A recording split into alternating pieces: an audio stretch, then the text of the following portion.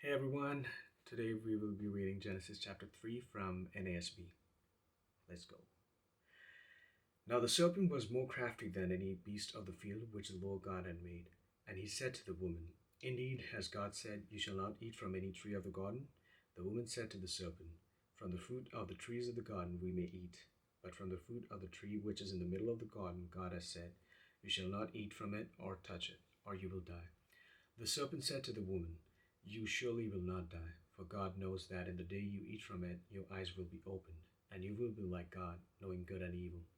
When the woman saw that the tree was good for food, and that it was a delight to the eyes, and that the tree was desirable to make one wise, she took from its fruit and ate. And she gave also to her husband with her, and he ate.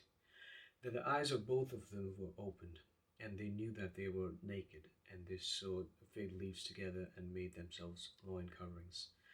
They heard the sound of the Lord God walking in the garden in the cool of the day, and the man and his wife hid themselves from the presence of the Lord God among the trees of the garden. Then the Lord God called to the man and said to him, Where are you?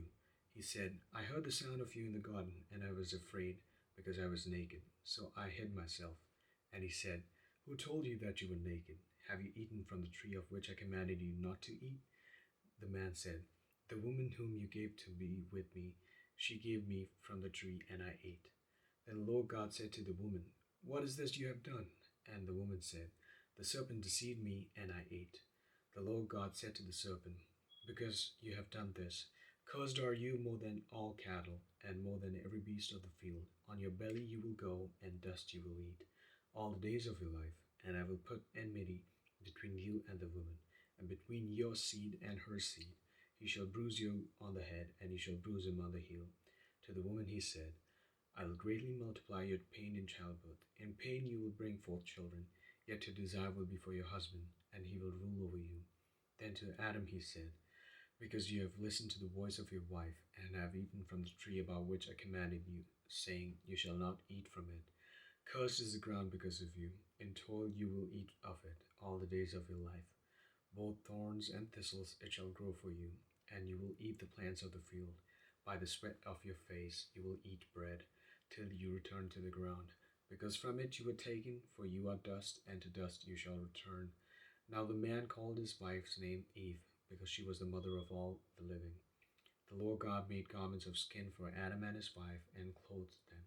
Then the Lord God said, Behold, the man has become like one of us, knowing good and evil. And now he might stretch out his hand and take also from the tree of life and eat and live forever. Therefore the Lord God sent him out from the Garden of Eden to cultivate the ground from which he was taken. So he drove the man out, and at the east of the Garden of Eden he stationed the cherubim and the flaming sword, which turned every direction to guard the way to the tree of life. Thanks for joining. See you tomorrow.